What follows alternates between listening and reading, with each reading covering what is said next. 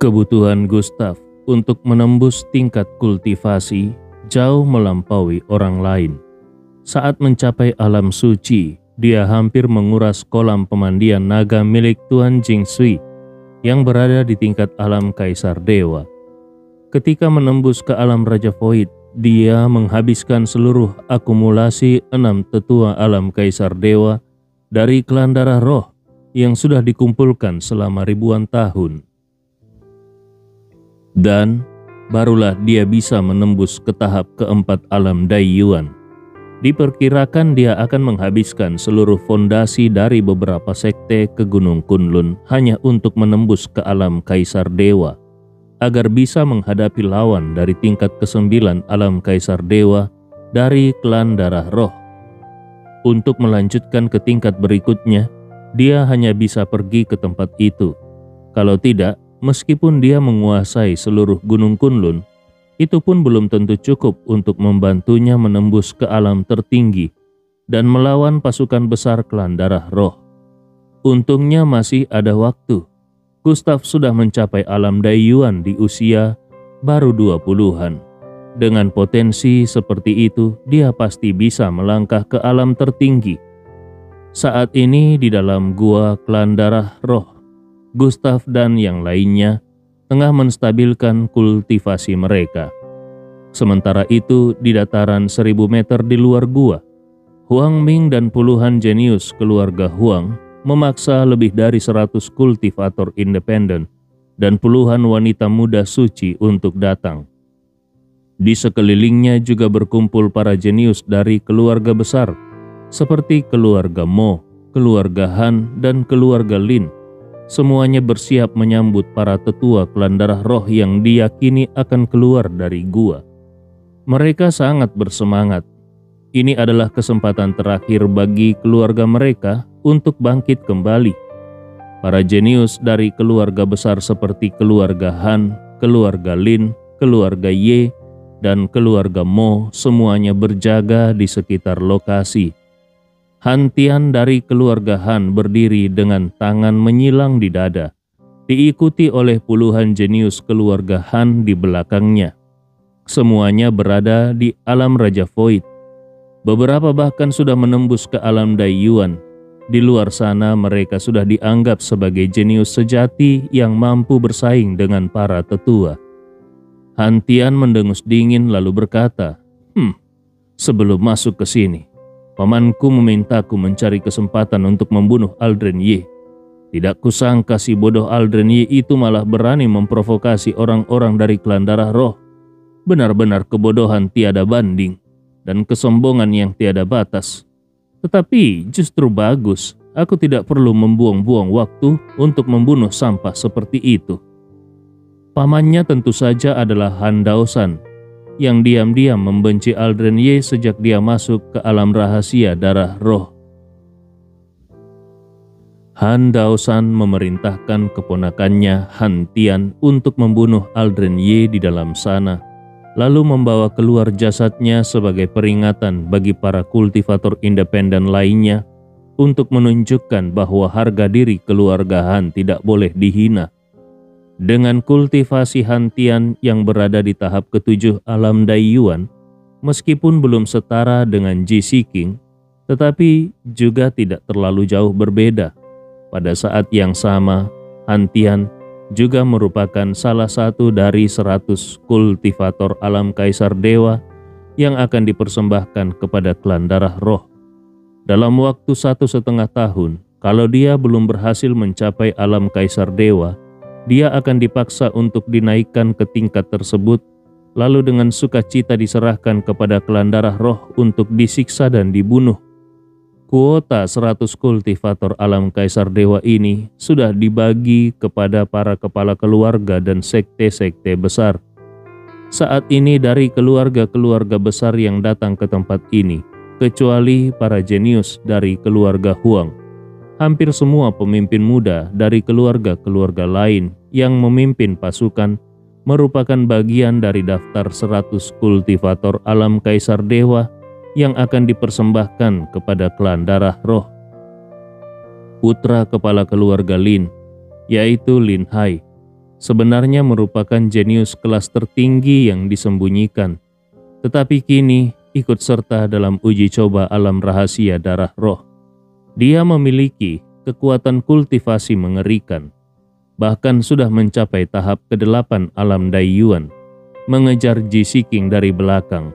Aura darah di dalam tubuhnya sangat melimpah, dan dia juga membawa para jenius dari keluarganya untuk bersiap-siap menghadapi para anggota klan darah roh yang akan keluar dari pengasingan. Sementara itu, keluarga Mo, keluarga Ning, dan yang lainnya, semua pemimpin mudanya adalah jenius yang belum pernah dilihat atau terdengar sebelumnya. Mereka adalah jenius yang selama ini disembunyikan dan baru dikirim keluar karena pembukaan alam rahasia darah roh untuk meningkatkan kekuatan mereka semaksimal mungkin dan juga untuk mencapai alam kaisar dewa. Dengan begitu, keluarga mereka tidak perlu lagi mengorbankan harta dan obat langka untuk memaksa mereka naik tingkat dalam waktu 1,5 tahun.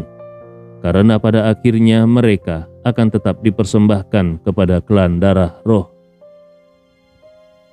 Pada saat ini banyak kultivator independen berlutut di tanah.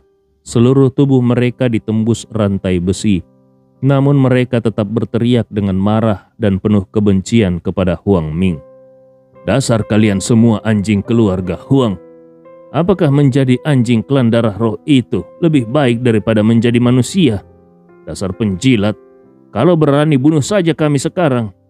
Zhou Yan bahkan berteriak lantang, Huang Ming, sungguh memalukan kalau kau disebut sebagai orang Gunung Kunlun.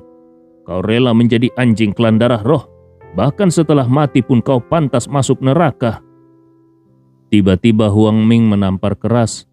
Gelombang panas menyapu dan membuat Zhou Yan terpental beberapa meter. Huang Ming lalu melompat dan menginjak dada Zhou Yan lalu berkata dengan dingin, memangnya kenapa kalau aku menjadi anjing? Menjadi anjing bagi kekuatan mutlak lebih baik daripada menjadi manusia di antara orang lemah. Dia melirik sekeliling, menatap Han Tian, Lin Hai, dan yang lainnya lalu tertawa sinis. Kalian pikir aku hina karena menjadi anjing, tetapi keluarga Huang kami tidak peduli dengan kalian. Keluarga kami dilindungi oleh klan darah roh, karena kami adalah anjing mereka. Memangnya siapa di antara kalian yang berani menyentuh satu helai rambut pun dari keluarga Huang kami? Aku bahkan berani mengutuk Han Yun di depan umum sebagai bajingan dan tua bangka. Lalu apa yang bisa dia lakukan kepadaku? Apakah dia berani menyentuhku? Di belakangku ada klan darah roh. Kalau dia berani bertindak, dia akan menghadapi siksaan yang tidak berujung. Sekarang aku berdiri di sini dan mengutuk kalian semua sebagai binatang. Apakah kalian berani melawanku? Di belakangku ada klan darah roh. Kalau kalian berani menyerangku, bersiaplah untuk menyaksikan seluruh keluarga kalian dimusnahkan. Inilah yang kalian sebut anjing, tetapi jauh lebih mulia daripada kalian ribuan kali lipat. Orang-orang di sekitar Hang Ming menatap Huang Ming dengan marah. Namun mereka benar-benar tidak berani bergerak. Han Tian mengepalkan tinjunya, begitu keras sampai hampir retak, namun dia tetap tidak berani maju. Lin Hai gemetar karena marah. Pedang di pinggangnya bergetar dan mengeluarkan suara nyaring. Namun dia juga tetap tidak berani melangkah maju. Para jenius dari keluarga Mo dan Ning hanya bisa terdiam tanpa suara. Huang Ming pun menendang Zhou Yan hingga terlempar lalu berkata, para tuan klan darah roh sebentar lagi akan keluar dari pengasingan. Kalian semua akan menjadi persembahan bagi mereka. Mereka akan menghisap habis darah dan jiwa kalian. Kalian pasti akan mati, jadi tidak perlu terburu-buru. Dia kemudian menatap para wanita muda yang cantik dan polos dengan senyum mengerikan. Kalian tidak perlu takut, aku tidak akan menyakiti kalian. Karena kalian adalah persembahan bagi para tuan klan darah roh. Mereka akan bersenang-senang dengan tubuh kalian sampai puas, lalu membunuh kalian. Tentu saja untuk mencegah kalian bunuh diri, aku sudah menyegel tubuh kalian. Semua ini, segalanya adalah demi dipersembahkan kepada para tuan klan darah roh. yang sedang dalam pengasingan. Begitu kalimat ini diucapkan, hampir 1.000 orang di sekeliling langsung terdiam. Tidak satu pun yang berani bersuara. Para jenius dari keluarga besar, baik terang-terangan maupun diam-diam, tidak berani membantah. Apalagi para kultivator independen, mereka hanya bisa menangis terseduh-seduh. Bahkan memaki pun mereka tidak berani lagi. Tiba-tiba badai aura spiritual mulai menyebar, menandakan bahwa para penghuni gua akan segera keluar dari pengasingan. Pintu gua mulai terbuka perlahan, samar-samar terlihat beberapa sosok dengan aura yang luar biasa kuat, bersiap untuk keluar. Huang Ming langsung mengangkat pedangnya ke langit, memimpin 15 jenius keluarga Huang membentuk barisan dengan penuh hormat, menepuk-nepuk jubah mereka, lalu setengah berlutut, seperti menteri dinasti Qing yang menyambut kaisar. Mereka semua menundukkan kepala dan serempak berseru, "Salam hormat kepada para tuan klan darah roh. Kami menyapa para senior klan darah roh. Selamat atas umur panjang para senior. Kekuatan kalian menyamai alam semesta, bersiap menyatukan Gunung Kunlun.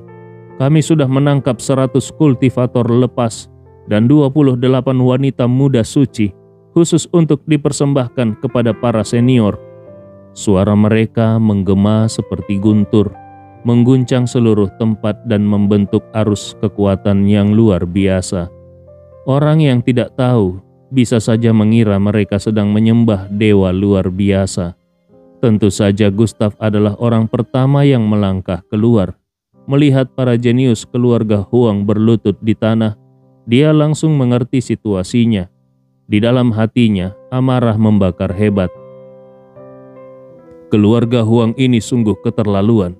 Kalau dulu dirinya benar-benar mati di tangan para ahli klan darah roh, maka hari ini yang mereka sambut adalah para penghancur Gunung Kunlun yang dahulu itu.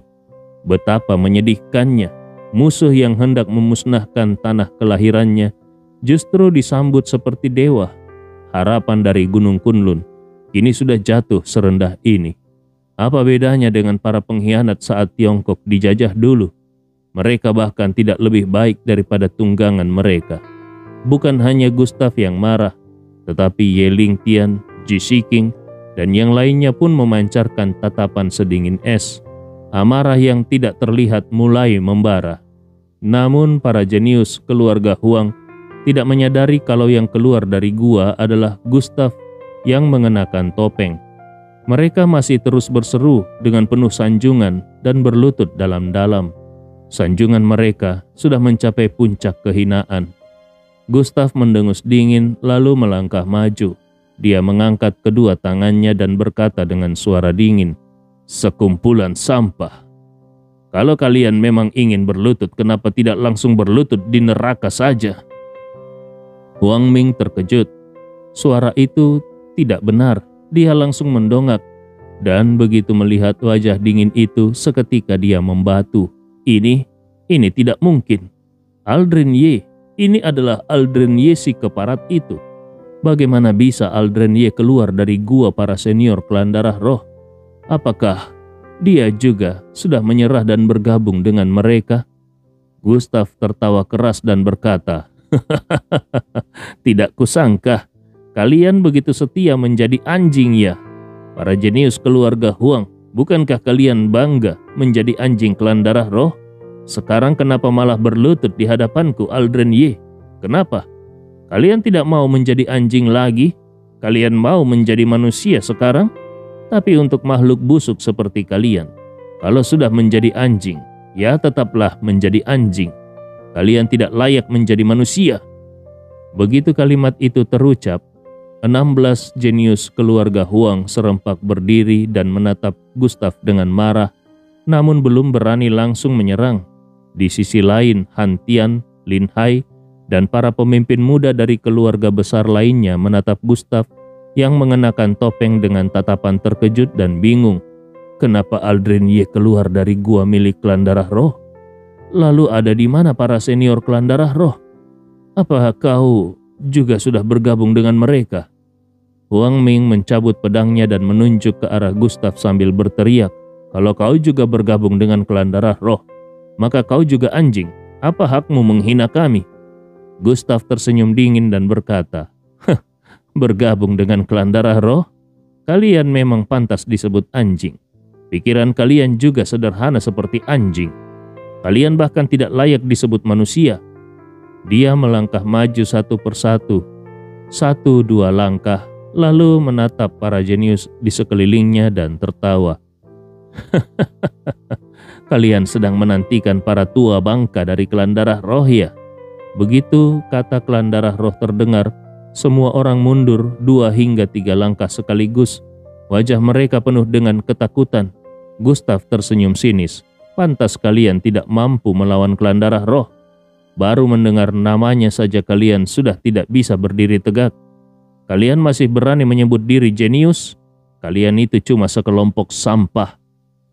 Kemudian Gustav mengeluarkan 2 kepala, milik tetua keempat dan tetua kelima dari klan darah roh, lalu melemparkannya ke tanah sambil tertawa. Mengenai 6 tua bangka dari klan darah roh itu. Dari 6 orang tua bangka itu aku sudah membunuh beberapa. Sekarang tinggal 1 yang akan aku kejar. 2 kepala berdarah segar jatuh bergulir di tanah. Semua orang yang melihat kepala itu langsung menarik napas dingin.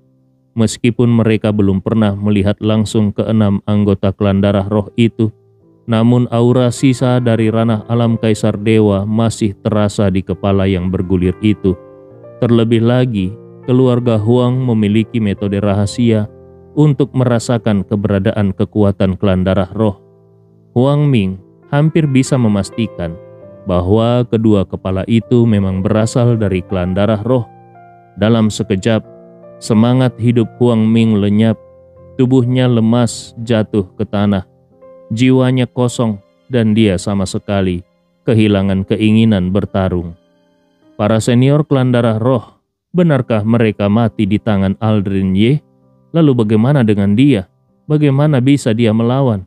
Yang paling penting, bagaimana Aldrin Ye bisa melakukannya? Ini tidak mungkin, mustahil. Para jenius di sekitar, termasuk Han Tian dan Lin Hai, wajah mereka langsung memucat. Saat menatap Aldrin Ye lagi, di dalam benak mereka tampak tanpa sadar muncul 2 kata, Dewa Pembantai. Dewa Pembantai ini bahkan berani membunuh para senior dari klan darah roh. Gila, dia benar-benar gila.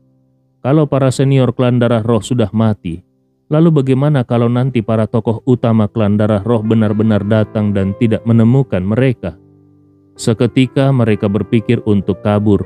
Mereka harus segera membawa kabar ini kembali ke keluarga.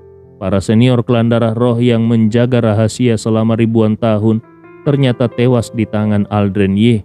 Berita ini harus disampaikan untuk memperingatkan keluarga. Jangan sekali-kali menyinggung Aldrin Ye. Dan pikirkan bagaimana nanti menghadapi klan darah roh yang sebenarnya. Dalam sekejap, lebih dari 30 jenius dari keluarga Ye dan keluarga Han langsung kabur dari tempat itu. Mereka tidak berani ikut campur lebih jauh. Keluarga Mo dan keluarga Ning pun ikut mundur satu persatu. Hanya 2 kepala itu saja sudah membawa makna yang terlalu dalam. Seseorang yang mampu membunuh ahli di alam kaisar dewa dari klan darah roh bukanlah orang yang bisa mereka hadapi. Lari, harus segera lari. Siapa tahu kalau Aldrin Ye si dewa pembantai ini tiba-tiba marah, mungkin saja mereka pun akan ikut dibantai. Dalam sekejap, 2 kepala berhasil menakuti dan membuat mundur 4 keluarga besar. Ratusan kultivator lepas serempak berseru penuh semangat sambil menatap Aldrin Ye dengan kagum. Tuan Ye luar biasa. Tuan Ye sudah menumpas anggota klan darah roh. Tuan Ye adalah orang nomor 1 sepanjang masa. Tuan Ye adalah yang tertinggi dan tak tertandingi. Hidup Tuan Ye. Tuan Ye seorang diri tidak hanya membunuh 5 ahli tingkat alam kaisar dewa dari klan darah roh, tetapi juga berhasil mengusir 4 keluarga besar, bahkan membuat Huang Ming si pewaris keluarga Huang ketakutan hingga jatuh lemas. Sudah ratusan tahun lamanya, belum pernah ada satupun kultivator independen yang mampu melakukan hal semacam ini. Dari dalam gua, Ye Luo Er, Ye Ling Tian, Ji Siking, Xiao Huang dan yang lainnya pun keluar. Mereka semuanya melihat adegan di hadapan mereka. Mereka semua menjadi sangat terkejut.